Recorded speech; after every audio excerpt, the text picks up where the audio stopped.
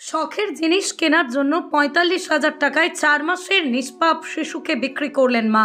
এক মায়ের অমানবিক সিদ্ধান্তে কেঁপে উঠেছে পুরো দেশ। নিজ সন্তানের প্রতি মায়ের ভালোবাসা এবং ত্যাগের গল্প যেখানে আমাদের প্রেরণা দেয়, সেখানে ঘটেছে এক বিপরীত দৃষ্টান্ত। মাত্র ৪৫,০০০ টাকার বিনিময়ে নিজের ৪ মাসের কোলের সন্তানকে বিক্রি করে দিয়েছেন এক মা, শুধুমাত্র নিজের শখ পূরণের উদ্দেশ্যে। ঘটনাটি বাংলাদেশের একটি অঞ্চলে ঘটেছে, যা সামাজিক যোগাযোগ মাধ্যমে ছড়িয়ে পড়ার পরে শুরু হয়েছে গুঞ্জন, নানান প্রতিক্রিয়া।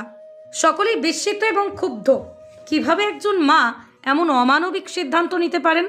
স্থানীয় সূত্রে জানিয়েছেন, এই নারী কিছু ব্যক্তিগত শখের জিনিস কেনার জন্য অর্থের প্রয়োজনে এমন অপ্রত্যাশিত এবং অমানবিক পদক্ষেপ নেন।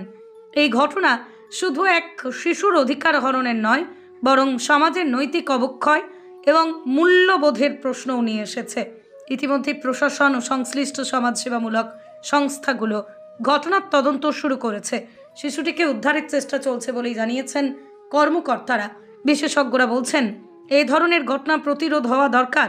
পারিবারিক সচেতনতা, মানসিক স্বাস্থ্যসেবা, সমাজের সর্বস্তরের মানবিক মূল্যবোধের জাগরণ। এই হৃদয় বিদারক ঘটনা আবারও প্রমাণ করল, সন্তান শুধুই জন্ম দিলেই মাতৃত্ব নয়।